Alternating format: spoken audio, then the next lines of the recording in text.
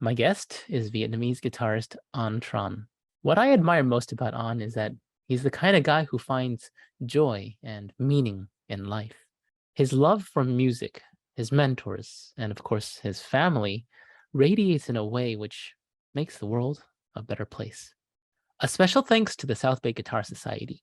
If you can join us on November 19th, 2022, we look forward to seeing you at the concert. If not, please check out An's music and media. Details linked below. Good morning, An. How are you? I'm good. Good morning, Steve. All right. Thanks for having me. No problem. Thanks for talking with me. First, before we get started, I just noticed, where are you? I'm in my recording studio, my home recording studio. Can you This is give us a where I quick... teach. I sleep sometime. We have this like a what do you call that? Muffy bed. It comes down if guests come and we have extra room and we need extra room. They can stay here. There's a keyboard and Wow. that's the I would call that a tracking area because that's where all the panels are there and the sound's dead. So when I record, it just records the guitar sound. There's no bad feedback or anything. It's Yeah, a beautiful design. And then, and all my whoa. guitars. Yeah, Wow. I have to say I'm very lucky to have a supportive wife partner. That's That's good. it need to And be mentioned. the guitar behind you is not classical. I mean, the other one. What is Oh it? yeah, that's the that's the Music Man, Only Ball Music Man, Oh, man. John Petrucci That's guitar. nice. Um, yeah, I play that once in a while. It has this amazing acoustic guitar sound. I don't know if you're aware, but I love that sound. Like it's like an acoustic guitar, but it's an electric guitar. And sometimes I play some of my Vietnamese music on that, and you can mess around with the sound. It's kind of fun. So that's my like a fun guitar. No, I love Petrucci sound for sure. Yeah, of Yeah. course. Yeah. Now, I think did you come across this before you came to the United States, or did you have exposure to this in Vietnam? yeah, I had exposure to this music in Vietnam. It's fun. It's actually the start. I think it's the start of my career, guitar career. Uh, so so my brother, my older brother, went to France to study when I was I think in elementary school, and he would send back music, or every time he came home he would brought back CDs with him, and it could be like Metallica or Joe Satriani or John Petrucci, Steve Vai. It's all guitar music. He's the electric guitar guy. So, and I was like, what is this sound? It's amazing. Um, so I was exposed to that when I was very young, and it's really inspiring. It's I'm in a different kind of career, but it's still I have to credit everybody who's involved, of course. Yeah, when I had a very different exposure when I was a kid. My dad had like 3 CDs in his Mhm. office when I was growing up, and then it was Dvorak. It was like the Beatles, and it was like a compilation of like Carpenter, Beatles, whatever, and then there was a Right. Bach CD, and that's how I grew Right. up. I never got into like rock or blues or all that Yeah. until much later. Well, yeah. I mean, in my parents were the classical people. Like they listen to so. I mean, when I was born, I was already listening to Bach. I remember listening to keyboard, Bach keyboard for lunch and dinner, and then flamenco guitar. We have John Williams CDs. Yeah. So the classical side of me, for both my brother and I, you know, come from my parents. So I also huge credit to everybody. Yeah. Was it hard when you were growing up in Vietnam to get access to, like resources like music and CDs and things like that? Yeah. Um, you know, I think at my time it was a bit easier, but we didn't have a lot. We had a lot of like the hits, like John Williams.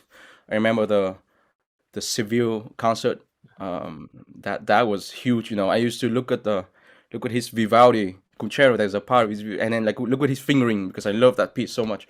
and like we didn't have any music. So music, PDF or there's none, you know. So that was one thing that we did not have access to. So I used to look at, back in the day, it's like a DVD, not even DVD, it's like a videotape of Eduardo Fernandez playing the Concerto Aranjuez, you know, and I look at the first few chords, like with fingerings, like, how do you play that? My dream piece, you know. But yeah, it was difficult, you know, and all the CDs were like fake CDs, you know, it's like copies, you know, and like good CDs. Sometimes you buy one and you just go home and didn't play, you know. And then if it's a video thing, you could just skip like half of it, you know. I think I So know that, that is like yeah, that Fernandez CD. I think that's like a Decca album or something like that. yeah, Yeah, I totally, remember that. yes, totally. And I remember listening to we had one special album, and I had no idea. I still don't know how my dad got it. It was of Norbert Kraft playing the concertos. It was like the cover is red. I don't know if you know that album. And it was Concerto Aranjuez and the Villalobos concertos. And I fell in love with Villalobos concerto, and um and it was like one of the like original CDs, like from Nexus, you know, straight from Nexus, made in Germany. It was like treasure in the whole house. We listen to that like every day, every night when I go sleep. Yeah. Um, and yeah, it was a dream. It was a dream. You know. You know, sometimes like from a teaching perspective, right? It's like everything is available on YouTube, and sometimes it feels like my students, my music majors, don't listen to music. And it's like when we were growing up, we didn't have anything, so every little minute we had, we really treasured. Yeah, I think that was a part of me that I really thankful for. Um, is the fact that I didn't have a lot. You know, the fact that I was craving it, because I don't know how I could be if I have everything now. You know, it's like everything on Spotify. Um, so it's kind of I feel bad for the kids now. You know, my students and and your students. It's like they have everything now, so sometimes they don't crave it. So I don't know. But part of that was really good for me. Um, was just loving certain recordings, because I was like, I had a dream. I had a lot of dreams. You know, that I used to daydream playing like John Williams and Norbert Kraft and all these people. You know, yeah. So Yeah, I remember those moments in Taiwan. That dream for sure. I yeah, think did you ever think, because you started playing guitar in Vietnam, right? Because you moved to the country, the US, when you were 15. yeah. And did you ever think that you would be your kid from Hanoi could ever be touring the world and doing all the stuff that you're doing today? No, absolutely not. Yeah. I mean, it's the fact that I'm talking to you on a podcast, or every podcast I do, it's just like it's a dream. Every dream that's coming true for me when I was a kid. You know, could never imagine it. Could just never imagine that I would be playing. I would be recording. I would use certain guitars. You know, it was all a dream. Yeah, so yeah, it's hard to imagine. You know, but it was. I think it's it contributes a lot to my career now, that I had such big dreams. Like I was dreaming all the time, daydreaming. When I was a kid, I just daydream all the time. You know, it's just like hearing a recording, I was daydreaming being on stage playing one day. You know, so I remember first concert in the U.S. Or like actual concert as an artist. You know, under management. You know, it was like I still have that first check on my wall. You know, it's like that was the start of my dream. You know, like that was like I could never imagine that. You know. Oh, I still remember the first check I got, the first Yeah. real gig I played. Yeah, it changed my life, because you realize, oh, this is real. Yeah. Yeah, Yeah. yeah. It is happening. Mm-hmm. Yeah. Yeah. So And in an instant, I was a doctoral student at the time, and in an instant, it changed my priorities. The doctoral thing all immediately stopped mattering. School stopped exactly. mattering. Yeah. Exactly. Yeah. Same with me. I was a doctoral student, and before that I played concerts and stuff, but it wasn't as a professional artist. You know. Yeah. But it's for sure changed my life. Yeah. Yeah. Now, let's talk about that dream, because on the flip side of every dream, there's like an artist that's just grinding and working hard and practicing 6 and 8 hours a day, right? And so when I'm watching you play, like I love your technique because it's super relaxed and it's really a pleasure to watch. So I would like to know how you develop this technique and why are you so relaxed, and can you say something about that?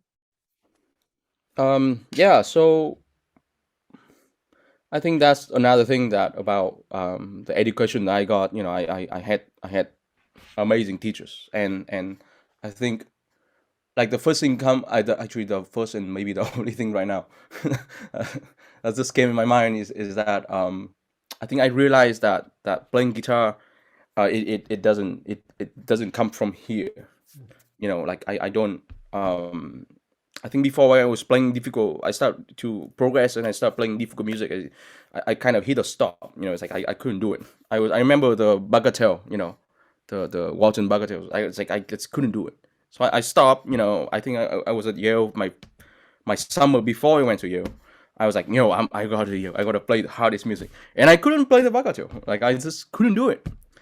And it took me like 2 3 years to actually be able to play it, you know, because my technique was not like I didn't know how to do it.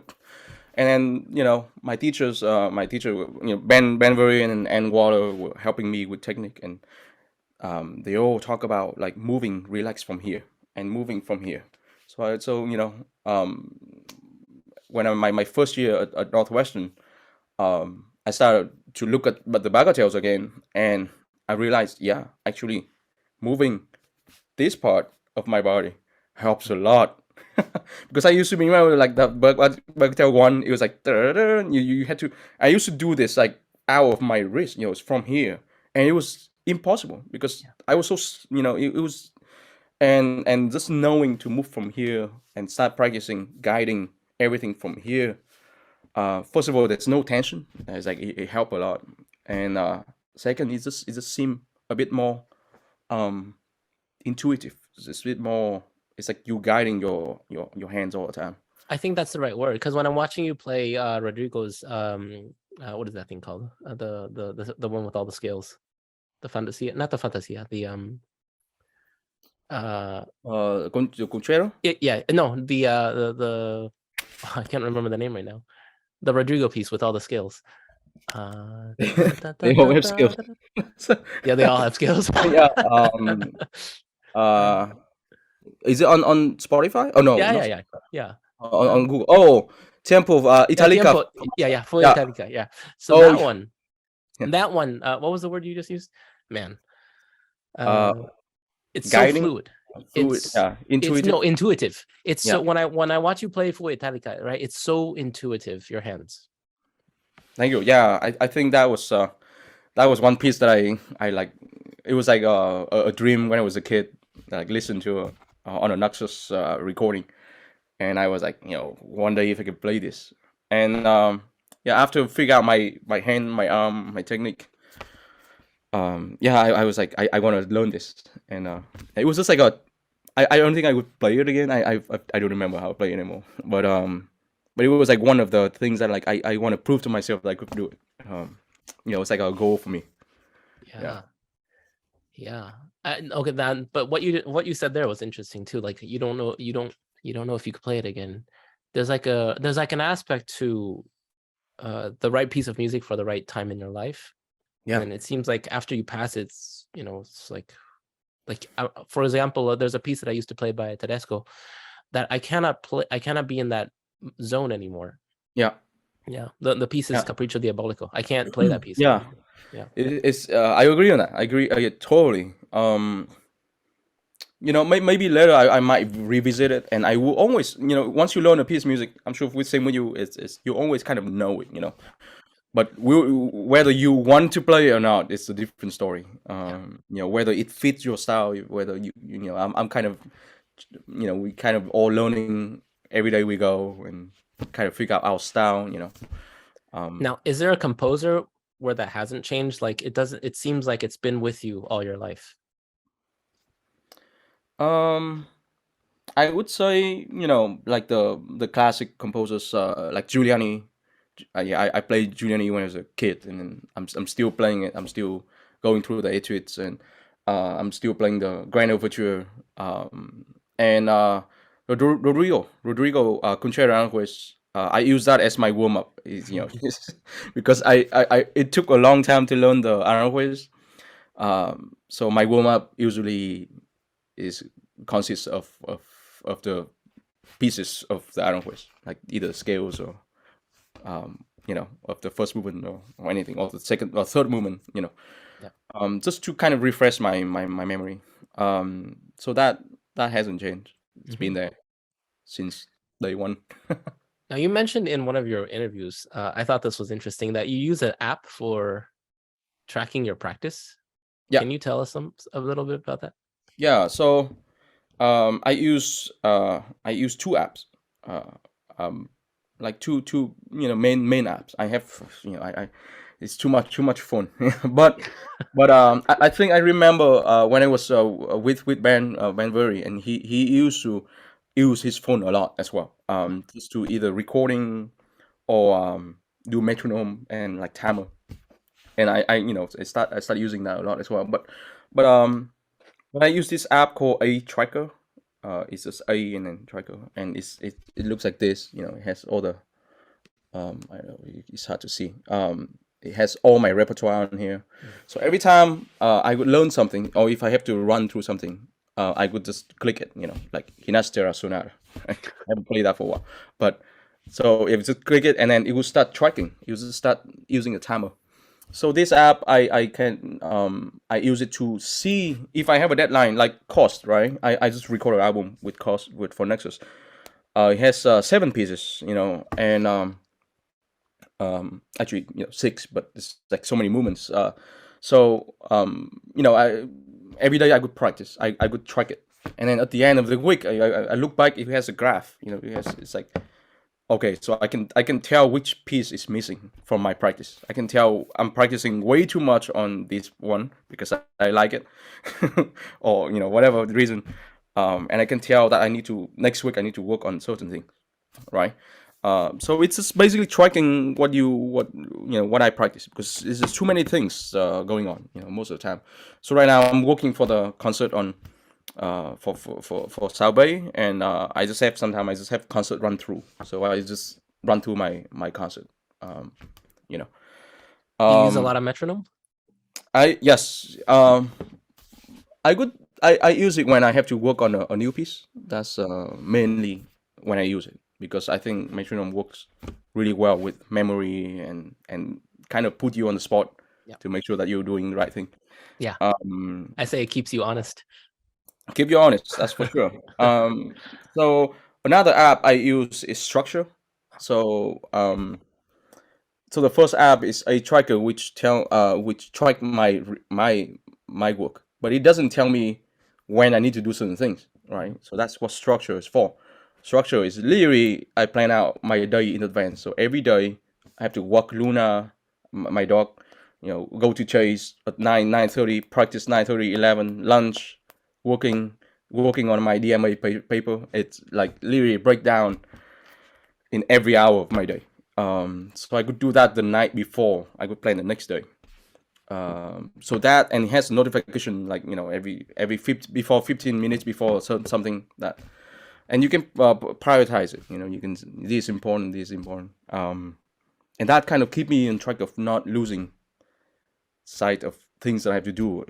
So many different things you need to do, and I like that, because it puts puts a spin on people think, oh, we're artists, we're so free, and we have so much time. And no, but your day is entirely super structured, including walking your dog. Yes. I need to plan it in, because then the one thing I hate is when I do something, like when I'm in the zone of practicing or writing my paper or fixing my website or anything, and then I realize I have to do something. That's absolutely like, oh, Luna has to go to the bathroom and she's been waiting, and that just throw me off. That's kind of just like throw me off of my focus. So I realized that I need to plan it in my day, and it kind of guide. Sometimes I'm off for like 15 minutes, sometimes I'm off for like an hour, but I always follow that kind of structure. Yeah, this is one reason I always hated what do you call them, vacations, because it throws my routine off, and I Yeah, really like routine. absolutely. Yeah. Yeah. But I mean, on my schedule, weekends I don't have anything scheduled. Weekends is my yeah, I don't Sunday I don't practice. Sunday I take a day off. Yeah, so it's like mini vacation kind of thing. Mini break. Mini break. That's good. Keep the family happy, right? Yeah. Yes. Now, I want to ask you about, because you mentioned Napoleon Coste, right? So is that true? Is that correct? You have two albums. You have your Vietnamese album, and then you have Napoleon Coste with Nexus. Yeah, so I just recorded that in June. And I think my baby was 3 weeks old. We just had a baby. Yeah. So it was very difficult. It was like practicing and taking care of baby and not sleep at all. Didn't sleep. Yep. Yeah, so I record that in June. And it takes a while for them to publish it. So hopefully sometime by spring next year, I will have the album come out. Are you involved in the editing process for the Nexus CDs? Somewhat, somewhat. So Norbert could send me the files, like the final files, and then I could go through it again and see if there's any problems, anything. Then I could send him back some notes, and then that's But I don't. Well, I didn't, because it happened already. I didn't involve as much as the Vietnamese album. Vietnamese album, I had all the tracks, and like I would take my own text. Yeah. Yeah. Do you have a preference for how you like to work, or these are just different? It's different. I think for the Vietnamese album, it's so personal. Um, it's so, and also I would be the one who knows, who know the most about it, and my producer wouldn't necessarily think certain thing as good, or like I would have different preferences. So for Vietnamese album, I would be more involved. I think I would like to be more involved. Because it's just more personal. Yeah. Okay. Now, the last time we spoke, you mentioned about a nonprofit arts project that you're doing in Chicago, Artopia, right? Yes, that's Yeah. correct. Can you mention something about that? Yeah, so we just moved to this side of Chicago. It's the southwest side of Chicago. It's near Midway Airport, if anybody know about Midway, about Chicago. And this area is mainly immigrants, right? There's this it's underserved area. There's not much going on. There's just a lot of restaurants and just things that people, just it's like daily working people who live here. And every time we need to go to see a concert, we have to go to the north side of Chicago. Everything's happened there, downtown Chicago. So our family, we all artists. We all. My wife is a teacher, but she's the amazing graphic artist. She draws, paints, beautiful stuff. And we all, like we got together one day and we're like, it's this like there's nothing here, So let's start something. So we we started this from a little dream, from a little tiny thought dream, and it became reality. We signed up to become a non-profit organization. We started hosting concert. I played the first concert back in March, free, to just test out the water. We talked to a church, beautiful church, and we hosted a concert. And a lot of people came out, support us, and we realized like, okay, people like this idea, so let's go further. So we started to figure out what the next season is going to be like, and we hosted 2 concerts already in this fall, and we have one more coming in December, and we're going to have 3 in the spring. We started applying for grants, and we got a grant, and it helped. It's gonna help out a lot for the next seasons. But that's the goal. We want to bring world class concert artists to this area of Chicago. We also want to do some educational project in the future. There's so many ideas that we want to do, and I think the beautiful thing is the people really support it. The Anything like a school partnership? Not yet, but we we have the teachers and the students from my wife's school. They came out, and we talked to a few high school around here, around the area, to see if we can sometimes use the space or invite the students to our concerts. And these concerts are all free. It's all free to the public. So hopefully, in future we can connect more with the schools around the area. Are you gonna ever do a project with your wife? The graphic stuff with music? Yeah, I hope. Yeah, that would be a dream. My first album, the Vietnamese recording, she did a piece of art in the booklet. She drew a bridge, the very famous bridge in Hanoi. And then there's the reflection of the world. It's a beautiful, amazing piece, and that was like the personal project for me. So I want everybody involved. My dad took all the photos. My dad is a photojournalist, so he took all the photos for the album, and I asked my wife to do a piece of art. So yeah, she did. All hands on deck. Yeah, all hands on deck. Yes. Yeah. So after this, do you have a third album in mind? Yeah, it's going to be another Vietnamese album. I'm already planning on that. I'm really excited about that. There's so many more pieces, more compositions that I want to learn and to play. So that will be the next one, I for sure. Yeah. Are these composers that you worked with for your first album, or are these new composers? New composers. I think I want to include some from the first album, from the composers. But it will be have more composers for the next one. All right. Yeah. Okay. Now, I see a yoga ball behind you.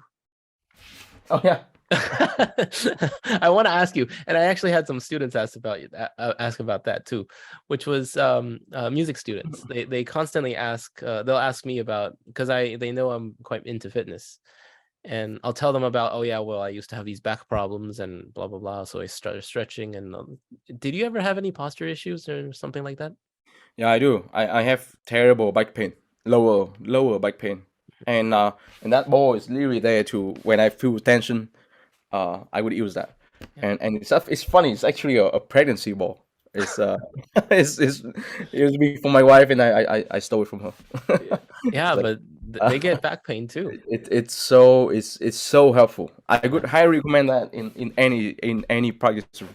I think I should bring that one to my studio. Oh, I agree. There was a time when I was looking at the practice rooms, and I think we probably have enough furniture within the practice rooms inside music schools to do interesting body weight exercises, because you have chairs, you have music stands, you have sometimes an upright piano, and of Yeah. course you have walls.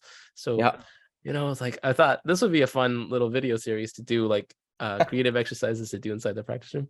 Yeah. Oh, that would be a huge hit. Yeah. You- Well, you a should do huge that. hit among like 5 music conservatory students. Yeah, that would be really funny. Yeah. Yeah, but taking care of your posture is so, and I'm not a good person to talk about that. Honestly, I still get back pain, and that's why I kind of need that ball here. Yeah. I think it's kind of like scales. You just have to maintain it, right? Every day. Yeah. Yeah, you have to kind of remember to do it even though you don't feel pain. You kind of just have to you have to stretch every time, every day. Oh man, that's so true, because a few months ago I was getting very cocky about, oh man, my body feels great. And you know what happened after? It's like I was playing badminton, and then the next thing, like, something locked up. I'm like, oh crap! So I'm out for a week. And then I said, okay. So you're humbled by that, and the same that feeling of being humbled was the same feeling I felt this one time.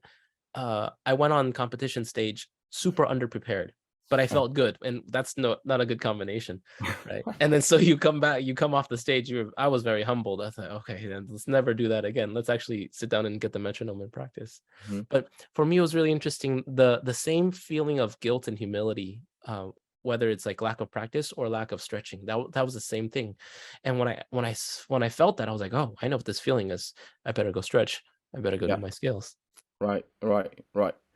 Um, yeah, it's I think it's sometimes it's important to keep us in check. This happened to me. This happened to me a lot in after a tour, after a really great concert.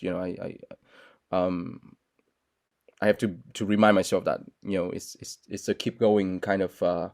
It's not a I'm a rock star idea. It's a I'm a people love this. I need to keep going. It's two kind of mental state that we easily can. Actually, it's easy to fall into the trap of oh I'm pretty good, you know, versus the other one. But I think it's a mental training that we constantly have to do. At least for me, it's like I almost have to just constantly remind myself that this is a dream coming true. It's the fact that people come to hear me in concert. Like what? That's a huge honor. I still think that is a. I'm so grateful for that. It's I have to remind myself that so I don't get trapped in the other Yeah. state. Yeah, actually, we spoke about this, right? Because when I was listening to your other interviews and podcasts, they were all before the pandemic. Yeah.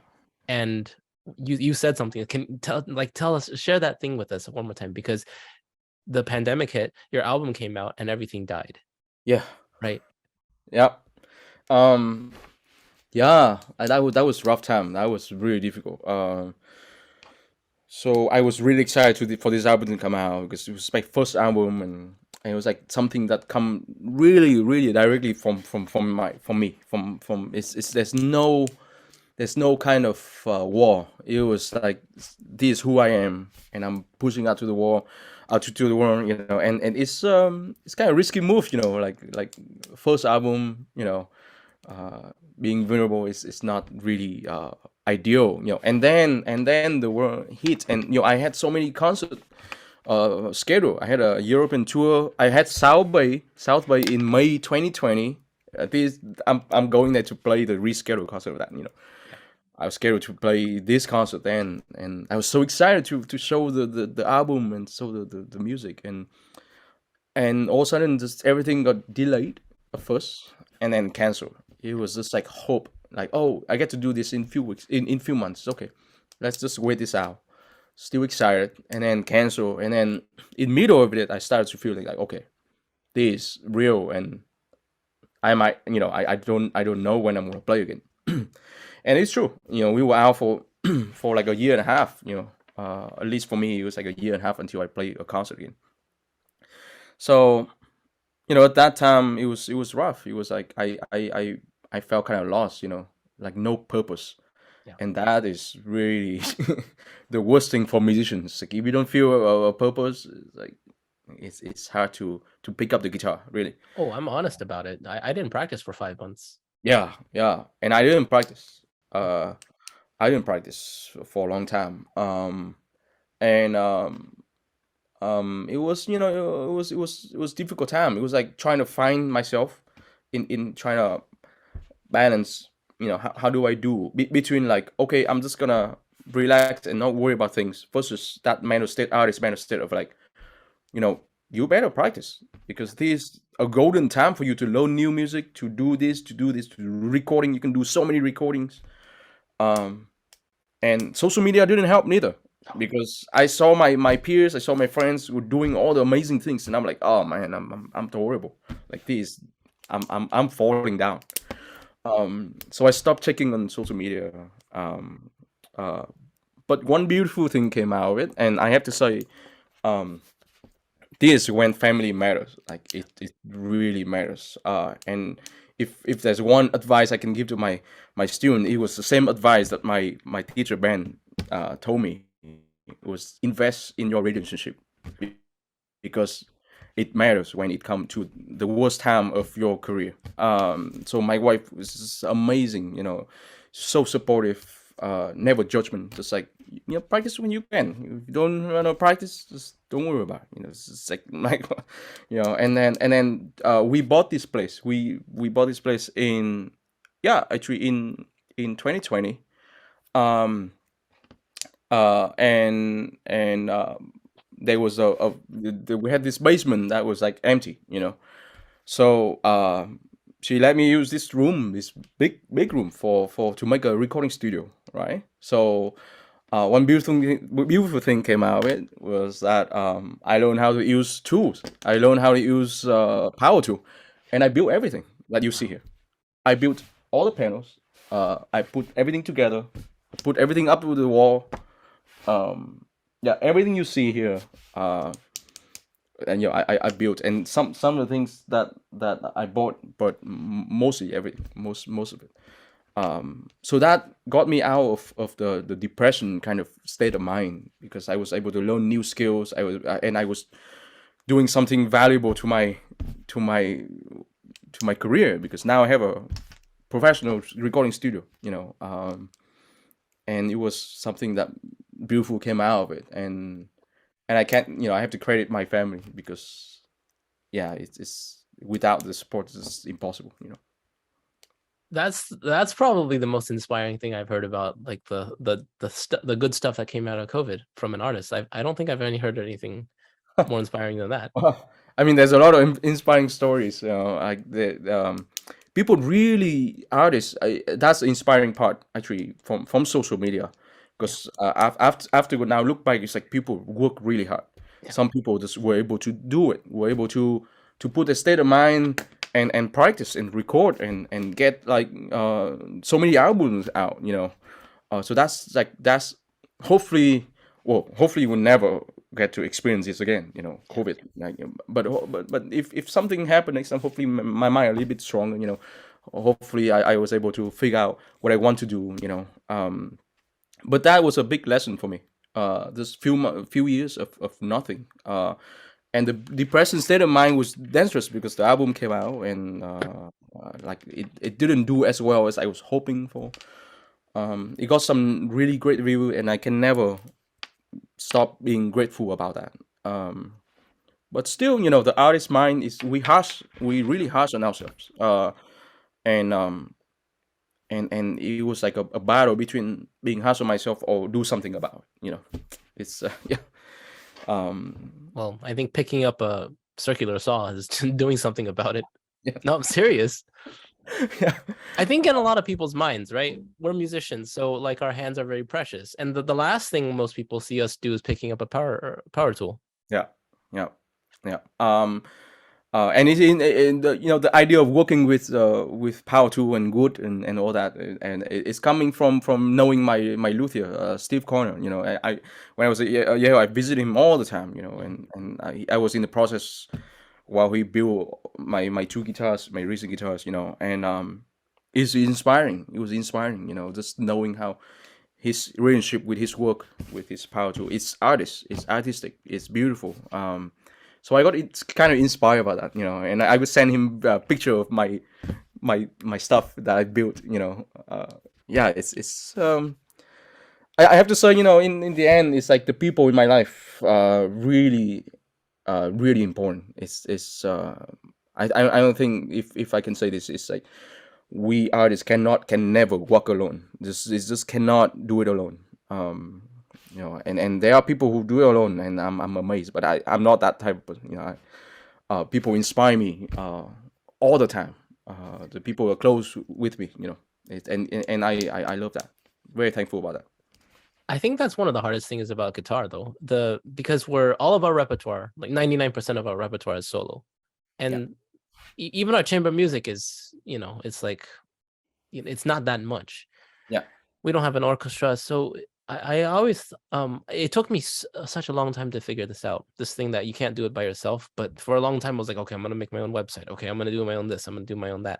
Yeah. And then at some point I realized I can't. Yeah. And like I don't know. I think a lot of guitarists don't learn that lesson, and I think a lot of guitarists maybe figured out that lesson too late. Mm-hmm. Yeah. That is true. Yeah. And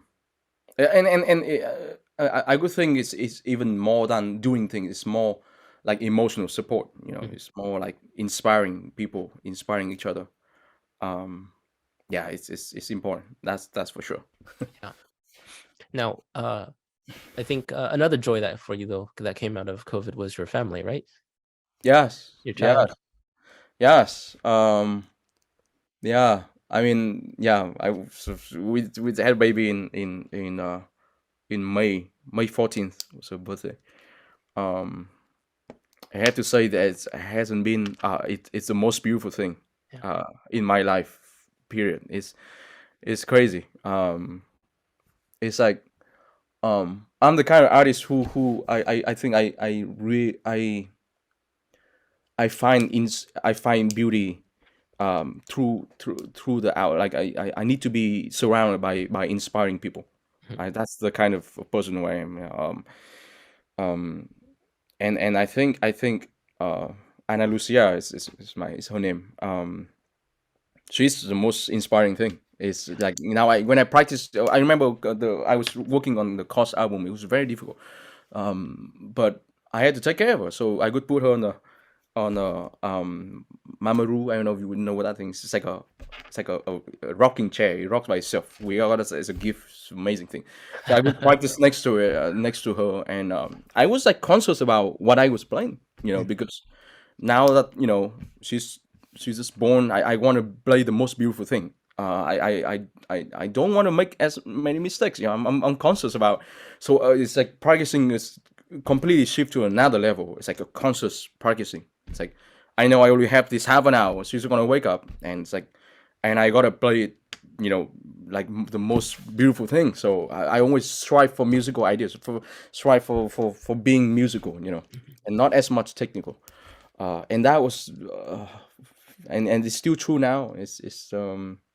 It's one of the beautiful things that come out of this, and just love, this miracle love.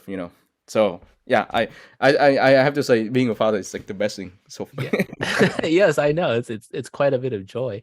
Yeah. That's amazing. Now, I want to ask you, because I've been asked this question before. Do you have any plans to return to Asia? Maybe 10 years, 15, 20? Is there like anything you could think of where you Yeah. might go? Yeah. That's yeah, Vietnam is my home. I have two homes, right? I have Chicago and Vietnam. So that's it will never disappear for me. Whether if I live there or not, I don't know. That's the I'm not sure about that. But I would love to come back like every year. I used to go home all the time, but I haven't been here been home for 3 years now. Almost 4 soon, and Yeah. it's kind of like my identity. It's like I need to be reconnect with my home, with who I am. So yeah, that's my hope. Just every year go home, do some, maybe play concert, maybe teach, maybe do something for the community. Yeah, don't have a clear idea yet, but Yeah. that's That's my the dream. same thing with me. The last time I was in Taiwan was 2019. So Yeah, very same as you, similar to exactly. you. Mhm. Same with me. 2019. Yeah. And when I go to Taiwan, I tell my the 2 or 3 colleagues that I have there, that look, I'm here. I'm not. I actually tell them I don't care if you don't pay me. Let me go help teach a little bit, show what I learned in the U.S. Exactly. because I know the information density is still not as much as Yeah. as in the U.S. Yeah, we are spoiled here. We're so spoiled. Yeah. I mean, artists, come by all the time, get all kind of overload informations, inspiration everywhere. And it's important to kind of transfer that kind of In the beginning of my career, I was like, no. When people first started asking in Taiwan, asking me, "You gonna come back to Taiwan?" It's like, no, U.S. is better. Blah blah blah. Okay, and Yeah. then a couple years go by, and then they ask the question again. I'll be like, 80% no. And then what gradually changed it was they were building out. For example, it would take you 6 hours to fly from New York to California, Mhm. right? And then people would say, well, it takes the same amount of time or less to fly from Taipei to this place, Tokyo, 4 hours, right? 2 hours Manila. Yeah. And then when you start to divide the world up like that, I was like, wait, Taipei is actually not far from so many places. Yeah. And like especially the people in the East Coast, they know if you live in Boston, well, you're just 1 hour from this state, 2 hours from that state, 30 minutes from that. Right. And I just thought that's a weird way to look at the world, like to look at Asia. But then if you look at the map, it actually makes a lot of sense. Yeah. Yeah. Yeah. So anyways, that's the reason I asked you, because, you know, it seems like we have very similar sort of, you know, grew up in Asia, came Yeah. to the US later. Yeah, absolutely. I think part of growing up as an artist, you know, is identity. And I think after all the schooling or or playing all the repertoire, all the fancy repertoire, came to a conclusion that I'm lost. You know, I'm completely lost. I'm just mimicking everybody else. I don't know who I am. You know, so that was a crisis. That was a beautiful crisis, and now I can look back as a beautiful, but you know, it's a huge crisis. So, identity crisis. Like I don't know who I am. You know, it's like what's going on. So yeah, it's you know, and like the love for my root was strong, and I'm thankful about that. And You know, a couple of years ago, I read this book by William Deresiewicz, and he's a former professor at Yale and Columbia. okay, And the book is called Excellent Sheep, and the book is sort of criticizing a lot of the Ivy League institutions. And a side note was his critiques of Yale was actually all the things I didn't like about Yale. Mhm. And I have to tell everybody at the same time, I loved going to Yale. Yeah. But there was always a dissonance. So anyways, the point I want to make has nothing to do with the larger point in his book. He Yeah. was in one chapter, he was making a sort of a defense, if you need, for the humanities. Like, why do you study history? Why do you study arts and literature? And he had this line in there that blew my mind. It was something like, the reason you study authors of the past is because they know more about you than you know about yourself. Wow. And yeah, and I thought, Yeah. crap, that's why I play Bach. There it is. That's the reason why I play Bach. Or that's the reason I really enjoyed reading Jane Austen in high school. Yeah. Yeah. Yeah. So they Wow. know more about you That's than you know. amazing. Yeah. So anyways, let's get off the serious topic. Let's go to some like a lightning round kind of thing. Okay. So one thing I like to do is I teach this music appreciation class.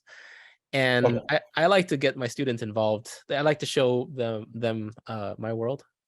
Yeah. So they're not just like, oh, this is just a professor. So like when I share them my videos of performing, they go like, oh my God, you actually play. And yeah, okay. Right. So anyways, I said, hey, I'm having this conversation with Antran, right? And I had them listen to your Spotify conversation with Tonebase. Mhm. And I had them submit some questions. So Okay. in no particular order, right? Okay. Okay, so Harry asked, what advice would you give a beginner that wants to start playing guitar?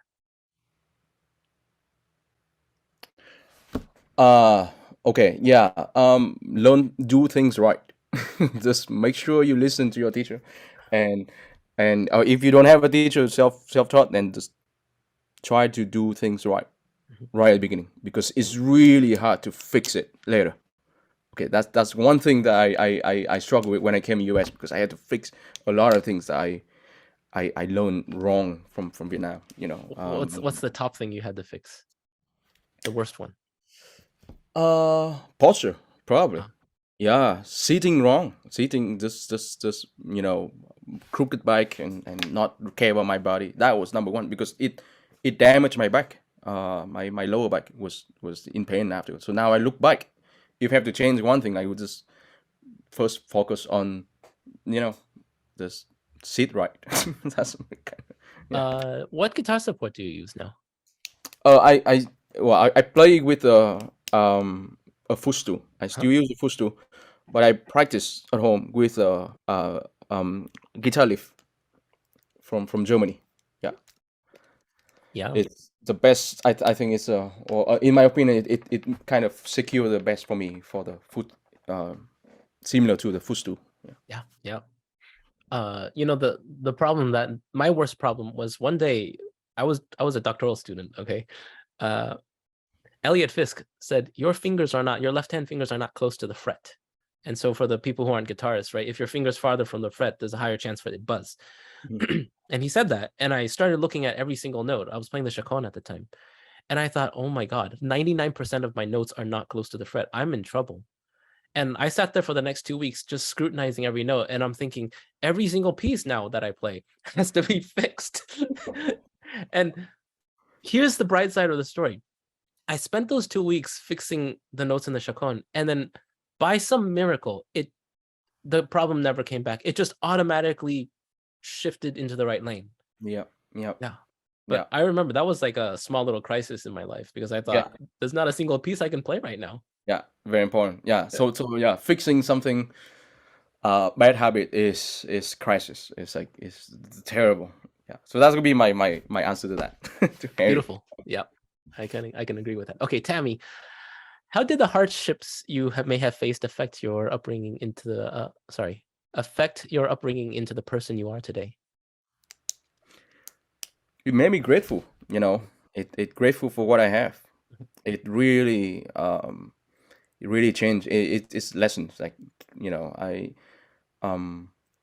yeah, it's a part of me. It's I'm always I'm always kind of just thankful for everything. And part of it is because I didn't have much, you know, when I was a student. You know, I remember playing a Yamaha guitar for a long time.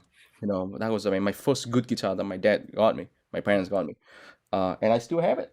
You know, I'm thankful for that. You know, and but now every time I play my guitar, you know, it's the joy, because it's like, what, you know, how can you have this guitar? It's insane. You know, so everything it put me into perspective, and I'm thankful for my upbringing. It's just because I didn't have much. Now I'm more appreciative for things that I have. Yeah, my first guitar cost around like $80 US. Yeah, It was in you know, Taiwan. Yeah. yeah. I think my guitar cost like $200. You know, that was like fancy. Like, Yeah, it was fancy. Yeah, it was a nice fancy. guitar. Amazing. Like, I treasure that my whole life. Yeah. Okay, let's move on.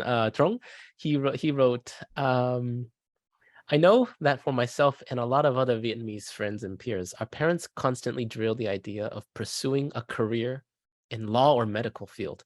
Were your parents like this? And if they were, how did you deal with it? What about paycheck and, you know, art? Yeah, that's another thing. I'm lucky, you know, because my parents were not like this. I had, when I was growing up in Vietnam, there was a lot of pressure of doing good in school, like math. You have to have good grade, and that's just, yeah, it's in general society. You know, my parents were pressured by their peers. You know, like they asked, like, how's your kids? You know, how do you do? You know, and I was like, you know, not so good, because I just like to play guitar. I didn't like school. You know, I don't really like my teachers. It's bad. Yeah, but pressure was around me. You know, my cousins were doing really well. My brother did great in school. You know, everybody so well. Everybody had great, you know, good grades. You know, and I was just kind of like left alone. It's like, what am I doing? What's this kid doing? You know, it's bad. Yeah. So, but my parents were never like that. My parents were, you know, what they would pressure me to do well in school, you know, but they were never really. They let me try all the instruments. They let me try everything. They let me play tennis, you know, professional tennis, to see what I was good at. You know, I was singing, I was playing keyboard, I was you know, everything. And finally, you know, long story short, I got to the guitar, and it was like life changing. And yeah, so thankful for my parents that were not like that. And yeah, so I I never had that problem. Thankfully. That's amazing. Yeah. So let's move on. Brandon has a question. This is my one of my private students. The Tonebase interview describes a return to Vietnamese roots. Was there anything difficult about returning to those roots? What do people say about the Vietnamese repertoire that you play? So far, I've gotten good feedbacks. Honestly, since I released the album, I haven't been home. So Mm. actually, people in Vietnam, they haven't seen my album. I don't have a distributor in Vietnam. So my CDs are not there. It's only on online, YouTube and Spotify, and so far the reviews have been been been been good, thankfully. And It's very beautiful. Thank you. But yeah, so far it was. Oh, I think I just wanted to share this music to the world. I just wanted to show people who I am. Album is like, I think it's like a part of who you are at the moment. Yeah. And at that moment, it was important for me to to to to show what kind of artist am I. So the reaction has been good. I didn't have a lot of struggle going back to my roots because I used to go home every year, like sometime twice a year, play in Vietnam, teach in Vietnam. So I had a good connection with the guitar world in Vietnam and my roots and my family, and it was a beautiful experience recording this music because I was like uh, um, I didn't miss Vietnam at the time of recording this album. Now I miss it a lot, but at the time I just came back from Vietnam, so I was inspired, so I wanted to do it. So that helped a lot. Yeah. On that side question, do you think you and your wife and your child will travel back to Vietnam first, or will your parents come visit first? Actually, my parents are here. Oh, perfect. They upstairs. Oh, so perfect. yeah, that helped so much because my parents are here. I feel complete. My brother is in Toronto and his family in Toronto, so it's not too far away. So everybody's in this side of the world. Oh, that's So I great. feel a little bit more in at ease. They just came. My parents just came in July to visit. Oh, So yeah, there's a feeling of completeness. yeah. Yeah, Wow, that's so fantastic. yeah. And then hopefully one day, your daughter, right, or your son? My daughter. Yeah, Yeah. One day you'll take her, and see where I you can't grow up. wait. I can't wait for that. Yeah. Yeah. Okay. Here's a deep one. Lizette asked, was there ever a time you thought about giving up on music? Yeah. Yeah. Oh yeah, for sure. That was between my high school years and my second year in college. That was like a part of really crisis time. If I look back now, it's a lot of hard times. It was like difficult. But those years in particular were really difficult. Because when I came to the U.S., I came to Nebraska to finish high school. And in Nebraska, well, in Vietnam, I was doing guitar professionally every day, like lesson, like 4 days a week. And every time we have lesson, we'll be like all afternoon, or all morning. So that's how in Vietnam work. But and then I came to US and I came to Nebraska, and even though the teachers and the people were amazing, I lost the guitar. I lost touch with the guitar. I didn't have any lesson for a few years. And then I was at the same time I was watching like GFA and all that, and like the youth competitions, and man, these guys played so well. They were so good. And, like everybody was so good, and I was like, that's it. Yeah. I'm done. Like there's no way I can play like this high school kids. I'm so far behind. Yeah. I'm done.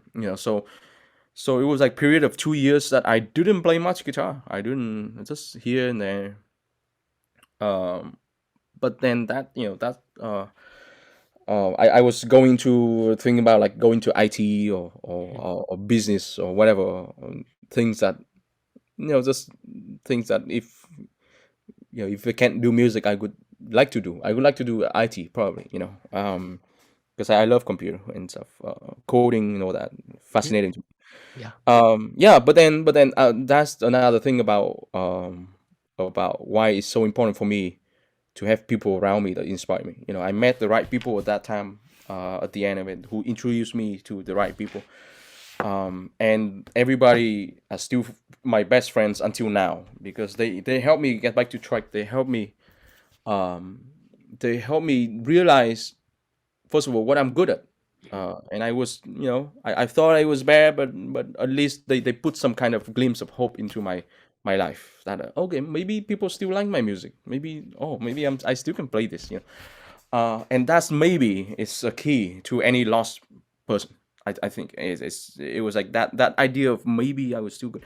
Like it gave me a direction to okay, I'm gonna try it. And then you get I was reconnected to myself and what I love doing, and it was like right path again. But that's why it's important to surround. I think like I tell my students all the time, you surround yourself with the right people, with the people that are going to inspire you, that really good at what they do. My friends were never music. They love music, but they were not professional musicians. They were PhD students at Northwestern. They were doing economics. You're doing chemistry. They were doing physics. But they really love what they do. They really work hard on their craft and what they do, and that was inspiring to me. And surrounding them with them was the key change in my life. Yeah, one thing that helped me, it was a pure accident that I decided to start waking up at 4 o'clock to practice for 2 semesters, 2 years in college, because I felt like I had to catch up. Like I didn't know how to practice until I got to college. That's amazing. No, it's not amazing. I had to catch up. and anyways, and then because I woke up at 4, I would practice for 3 hours, just pure technique, and then I would go have breakfast at 7 o'clock. So this is the accident. I found out that the people who get breakfast at 7 o'clock, they all have some kind of a drive. And that was the accident that go, oh, this person want to do that, and this person wants to, get a PhD one day, and this is in college, right? Yeah. So from that, what that kind of put in my mind, like, oh yeah, so I want to be kind of like this person, but with guitar, but with music. Yeah. I don't want to just like, cruise along. Yeah. Exactly. And I think along our lives, I think if we ask any amazing teachers or guitarists, like I think there's all their lives are all and our lives always there's some kind of realization in middle of our road, and normally it come from like rock bottom. At least for me, it was like this. I'm giving up guitar and start realizing that to come back into it. Now you've mentioned Ben Verdery, who's the professor at Yale, and then Ann Waller, who's professor at Northwestern. Yeah. Who else has been inspirational to you? Let's start with guitar, and then in college I studied with Julie Gobert at Norfolk University, and so thankful for her. Just so patient with me, just, and it was huge, so important. And I also studied with another teacher, Tom Zell, who was a conductor at Norfolk, and he was on the side of kind of musicality. Like I used to play for him, and he was help me realize certain things that not necessarily me as a guitarist would realize. He would expect you to play certain thing, and I would argue like, it's physically impossible, Tom, and he would be like, well, I don't care. So then I realized that's true.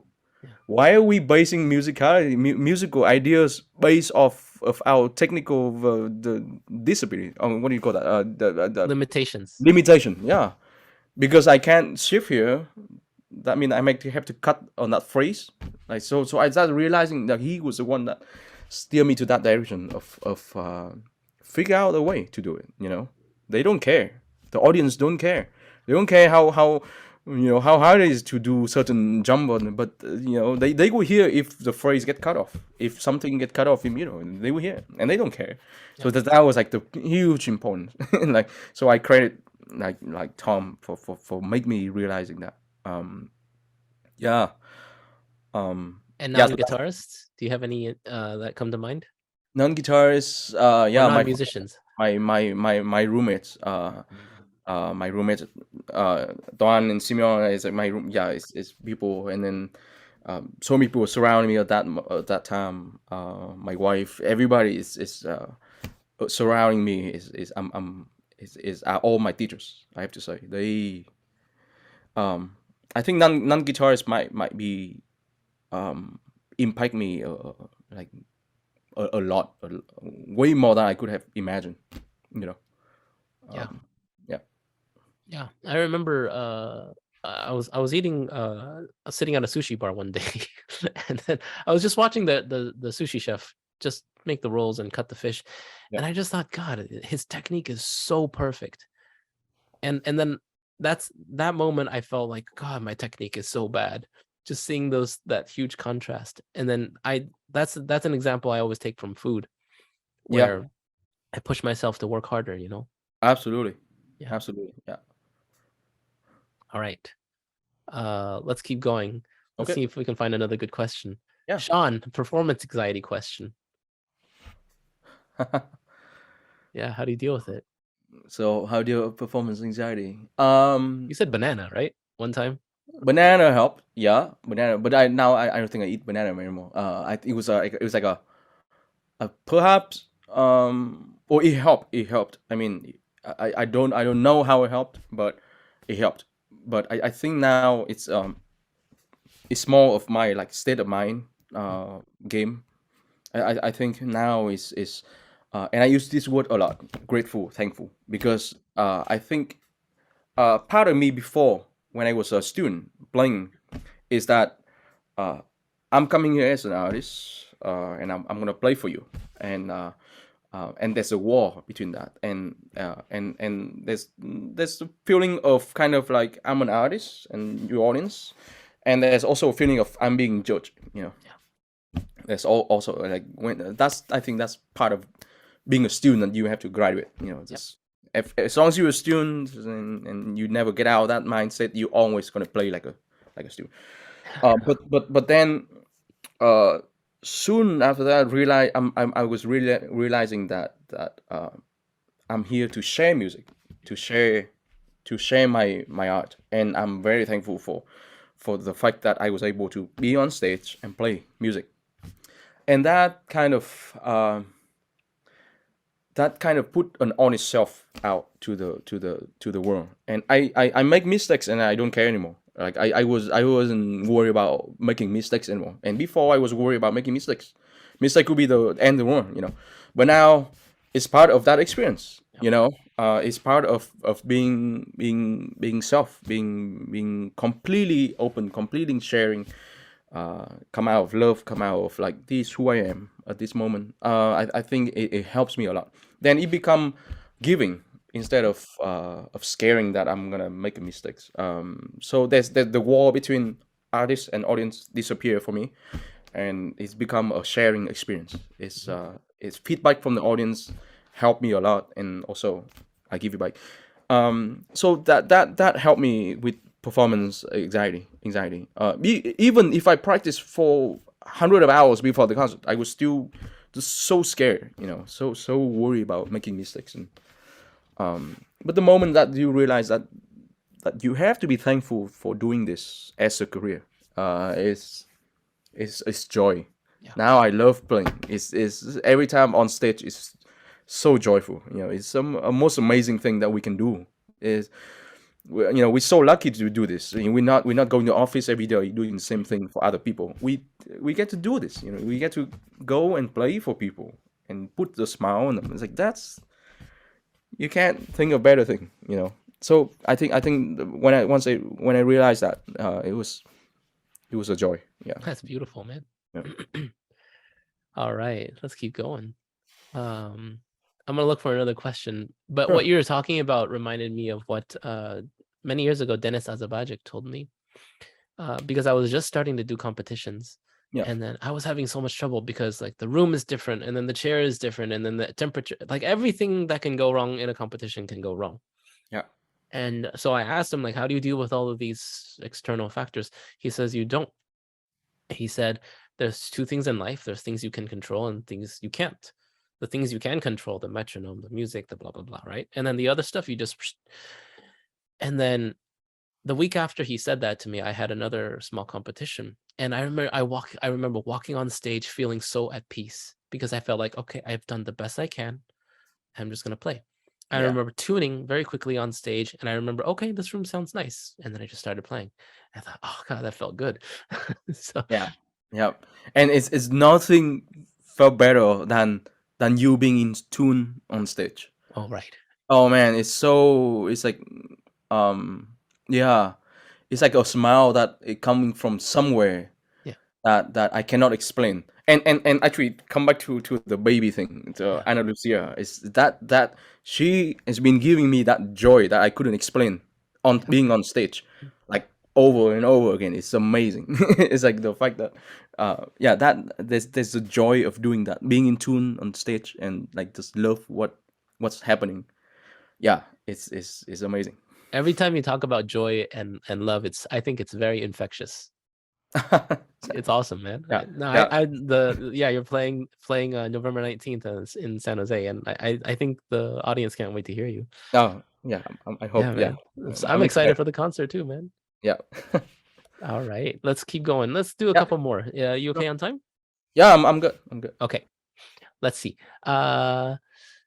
Susruthi asked, if there was one thing you could have done differently in your career, what would it be, and why? Yeah. Right now, I'm just I don't know. It's hard, man. It's hard. I'll give you an idea to sort of bounce around with. Yeah. When I applied for my doctorate, Yeah. I only applied to 2 schools. So Florida State with Bruce Holzman and Yeah. New England Conservatory with Elliott. Yeah. And I always wonder how different my life would be if I went to Florida instead of New England. Interesting. Yeah. And I mean, have you seen Bruce Holzman before? Do you kind of know? No. I know him, but I Yeah, never met him. it's a very different teaching style. Yeah. And when I look back, what I wanted to do was to go back to Elliott in Boston. I wanted to go back to Boston. I wanted to see my friends again. I wanted to Yeah. be in that culture. I think what I needed to do was probably to go to Bruce Holzman. I see. Yeah. Wow. But I didn't have the maturity to understand that at the time. Wow. Yeah. Yeah. I mean, I'm so I don't know. I mean, maybe if I could realize my dream earlier. I don't know, man. I say, but the problem is that I'm so grateful for everything right now. It's hard for me to go back and try to fix anything because everything for me at least happened for. I think everything happened for a reason. Hey, Um, that's great. yeah, so I don't have anything that I regret, even though if sometimes you're down, you start regretting things, but it's also because of that state of mind. I think I could have practiced and record another album when COVID happened. You know, but I couldn't. Hey, So but you're picking up power tools. yeah. Yeah. No, I'm still taken by that. That's totally awesome. All right. Let's see if we could find one or two more. Rick had a question. What other music genres would you like to perform in? To perform in. Yeah. Oh, I mean, yeah. I mean, prog rock will be amazing. If I can play some Rush or or Dream Theater or anything like that. It's another level. At least for me, it's like another level of musicianship. Like I could just never be able to experience. Like Have you ever tried playing any of your classical stuff on the electric? yes. Have you done it on stage? No, not on stage. Yeah, but Maybe your Chicago your Artopia project would be a cool place to try it out. yeah, maybe yeah. I had some dream of arranging some music for the electric guitar, from Vietnamese traditional folk songs or anything like that. Right now I'm enjoying as a hobby. It's like classical guitar is not a hobby for me anymore. Um because every time I play, I look at it seriously. I'm serious about this. Gotta do it right. But electric guitar is like a hobby, so I can still play guitar, but I still have fun. So that's part of it that I really enjoy about being able to experience both. I wouldn't say I'm good at electric guitar, but I really enjoy it. So it's a joy for me. And hopefully, when you like certain things so much, it turn into some project or turn into some things that might happen later. But right now I don't know how it could be yet. But That I makes yeah. that makes perfect sense. Well, An, it's been fun talking to you. Yeah, we're chatting here. I just want to share with the audience one more time that An, you're playing for us in San Jose at the South Bay Guitar Society. I'll put the information in the places, but November 19th. Yep. So I'm so excited for that. Can't yeah, wait. me to meet too. them. I can't. I'm looking forward to meeting you for sure too. Yeah, for sure. Me, same thing. Same thing. I never been to San Jose neither, so it's gonna be really. I'm sure it's gonna be enjoyable experience. Meeting people, new people is part of this career that the most amazing thing. Just Well, meeting new friends yeah. and connect with people all over the world. It's like Yeah, what I'm very lucky with is I get to have conversations with you. I get to learn from you. You're a little bit younger than I am, but it's like it's amazing that I get to learn from the younger generations. It's like got to keep up, same with me. I mean, I'm they're younger than me too. Yeah. It's same. It's like constantly learning for sure. All right, on. Cool. Let's Yeah. leave it at that. All right. And Thank I'll you. look forward to seeing you on November 19th. Absolutely. Thank you, All Steve. right.